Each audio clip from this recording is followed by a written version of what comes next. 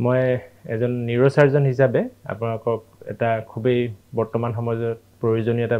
ৰোগৰ বিষয়ে ক'ব বিচাৰিছোঁ আৰু যিটো আমি অতি খুবেই আজিকালি বেছিকৈ পাওঁ সেইটো হৈছে হেড ইঞ্জুৰি আৰু তাৰ পাছত হ'ব পৰা বিভিন্ন নিউৰলজিকেল ডেফিচিটৰ বিষয়ে আজিকালি উঠি অহা প্ৰজন্মৰ ক্ষেত্ৰত বিশেষকৈ দেখা পাওঁ খুব বেগাই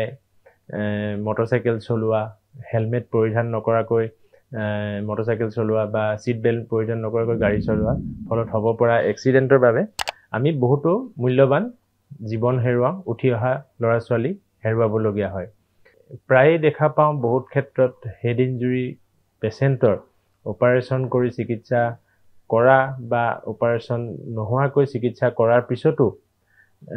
বহুতো যথেষ্ট সংখ্যক পেচেণ্টৰ কিছুমান নিউৰলজিকেল ডেফিচিট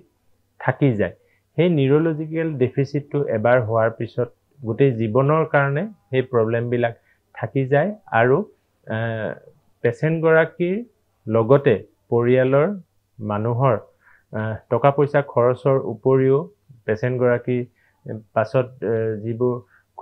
ঘৰতে নি হওক বা হস্পিটেলতে নি পৰিচৰ্যা কৰাৰ ক্ষেত্ৰত বহুতো সমস্যাৰ সন্মুখীন হয় বা পৰিয়ালটোৱে যথেষ্ট জীয়াতু ভুগিবলগীয়া হয় এটা নিৰ্দিষ্ট গতিত চৰকাৰে বান্ধি দিয়া নিয়ম বা এটা তীব্ৰ গতিত মটৰচাইকেল বা গাড়ী নচলাই ধীৰে সুস্থিৰে চলাব লাগে সদায় সিট বেল্ট পৰিধান কৰিব লাগে আৰু প্ৰতিটো ক্ষেত্ৰত সাৱধান হোৱা উচিত যাতে তেওঁলোকে যিকোনো দুৰ্ঘটনাৰ সন্মুখীন হোৱাৰ পৰা বাচি থাকিব পাৰে অকল গাড়ী মটৰ চলাওঁতেই বুলি বা তেনেকুৱা নহয় যিকোনো ক্ষেত্ৰতে আমাৰ হেড ইঞ্জুৰি হ'ব পাৰে কেতিয়াবা সৰু দুৰ্ঘটনা ঘৰত পৰি হ'লেও বা বিশেষকৈ বয়সীয়া মানুহখিনিত আমি এইটো দেখা পাওঁ ঘৰত পৰি কিনে বা বাথৰুমত পৰি কিনে মূৰত দুখ পায় তাৰ পাছত বিভিন্ন ধৰণৰ হেড ইঞ্জুৰি লৈ আমাৰ সেয়াহে গতিকে সকলো ক্ষেত্ৰতে আমি সাৱধান হোৱা উচিত আৰু যাতে এই উঠি অহা ল'ৰা ছোৱালীবোৰে হওক বা বয়সীয়া আমাৰ আদহীয়া লোকসকলে হওক বা মিডিল এজৰ মানুহখিনিয়ে হওক এনেকুৱা সমস্যাবিলাকৰ পৰা সন্মুখীন নহয়